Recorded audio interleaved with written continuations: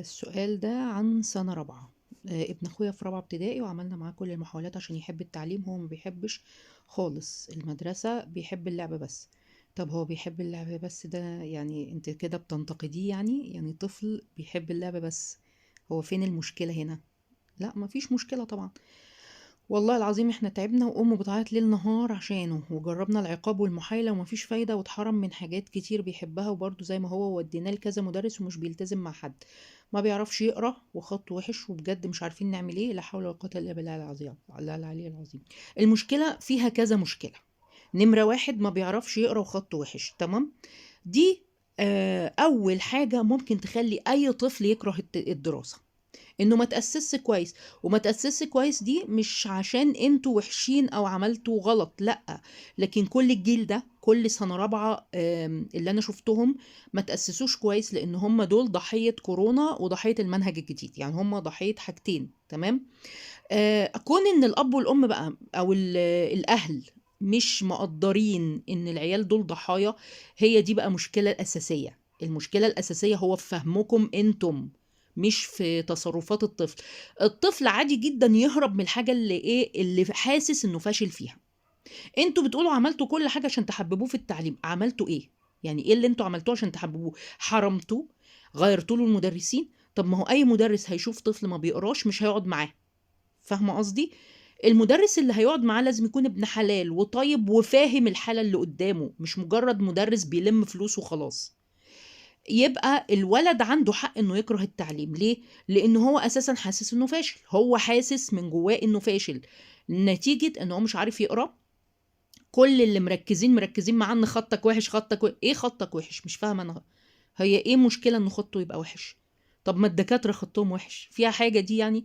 ايه مركزين على التوافه وسايبين الاساسيات؟ ايه هي الاساسيات؟ الاساسيات انه يكون واخد منهج اولى ابتدائي الترمين، تانية ابتدائي الترمين، تالتة ابتدائي الترمين. ليه؟ لان منهج رابعة بيعتمد اعتماد كلي على المعلومات التراكمية اللي خدها في اولى وتانية وتالتة، تمام. لو واقع منه حاجة في ال3 سنين دول هيأثر عليه جامد جدا في مستواه في رابعة. يبقى نعمل ايه؟ المدرس الحرك، المدرس الذكي، ياخد العيل كده يغسل له دماغه ويجيبه من الأول.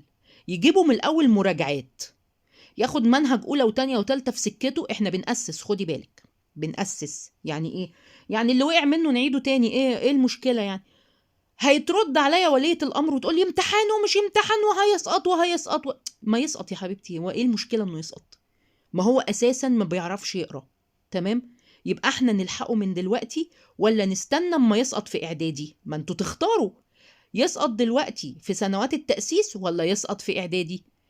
اللي حصل حصل والولد بقى مستواه كده. نرضى ونركز ان احنا نحسن من مستواه، ولا نخبط دماغنا في الحيطة ونمشي مع الولد في سنة هو مش عارف يمشي فيها اصلا؟ يعني انتوا بتعملوا ايه؟ يعني انتوا مركزين قوي ان الولد لازم ينجح، ماشي.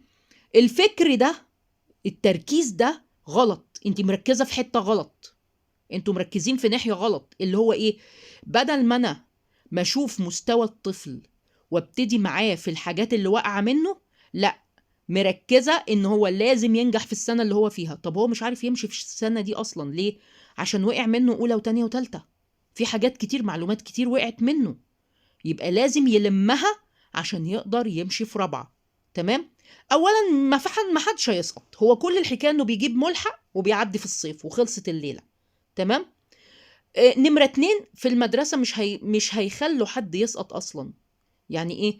يعني هيعدوا العيال. ليه؟ عشان مستوى المدرسة ما يبانش إن هم سقطوا العيال. فكده كده ابنك ناجح أو ابن أختك ناجح، تمام. طيب تعملي إيه؟ لازم تركزي إن أنتي تلحقي الولد من دلوقتي. اول 3 سنين تأسيس في القرايه والكتابه والرياضيات اللي هي المفاهيم الاساسيه، تمام. طيب ال3 سنين اللي بعد كده، ماشي، اللي وقع منه يتلم. يعني دلوقتي لما يقع منه في الرياضيات والعربي حاجات، لازم ايه؟ عندنا فرصة تانية في ال3 سنين اللي هي رابعة وخمسة وستة، تأسيس برضو. اللي وقع منه يتلم ويتعاد تأسيسه من أول وجديد على أساس سليم. ليه؟ أنا ببني الإعدادي، خدي بالك المنهج ده طالع معانا في إعدادي كمان. فأعمل إيه؟ ألحق الولد من دلوقتي، ما ركزش إن هو لازم ينجح ولازم يبقى مستواه زي زمايله ولازم يحضر في المدرسة ولازم يبقى مع المدرس شاطر. لأ، أبتدي أنا معاه أو أجيب له مدرس يقعد معاه في منهج تالتة. امسكوا بقى منهج تالتة، شوفوا هو واقع في إيه، علموه القراية والكتابة، تمام، بالراحة، وامشوا معاه من تحت. يعني ايه من تحت؟ يعني من اقل من مستواه اللي هو فيه دلوقتي. نبتدي معاه من الحاجات اللي بيعرف يعملها. ابتدي معاه من الحاجات، من الحروف، من تكوين الكلمات، تكوين الجمل، مش عارف اختار صح وغلط. ابتدي اطلع معاه واحدة واحدة. بالشكل ده الولد هيستجيب. لكن استحالة تديه منهج لا هو عارف يقراه ولا عارف يفهمه ومطلوب منه انه يستجيب. هيستجيب في ايه يا حبيبتي؟ هيستجيب في ايه؟ الولد اساسا حاسس انه فاشل، حاسس ان انتوا بتضغطوا عليه في حتة هو مش عارف يجيبها.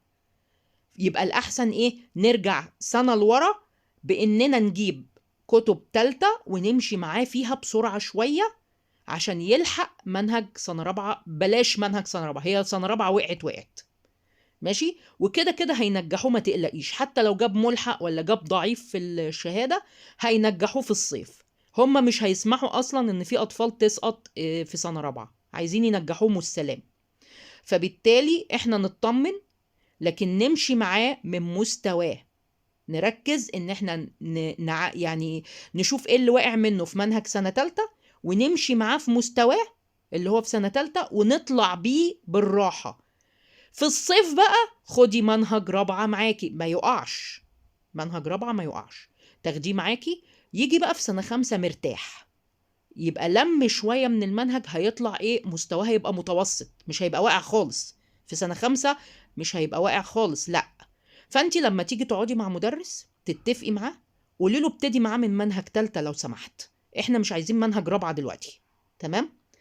علم لي الولد القرايه والكتابه، سيبك بقى من منهج رابعه وانه يمشي في الكتاب ويمشي في النحو والكلام ده. نمشي الاول في منهج تالتة. وعلى فكره نحو رابعه معتمد بصوره بنسبه 70% على نحو تالتة. يعني هو لو اجتاز منهج، يعني لو لم منهج تالتة هتلاقيه في سنه رابعه بقى كويس، تمام.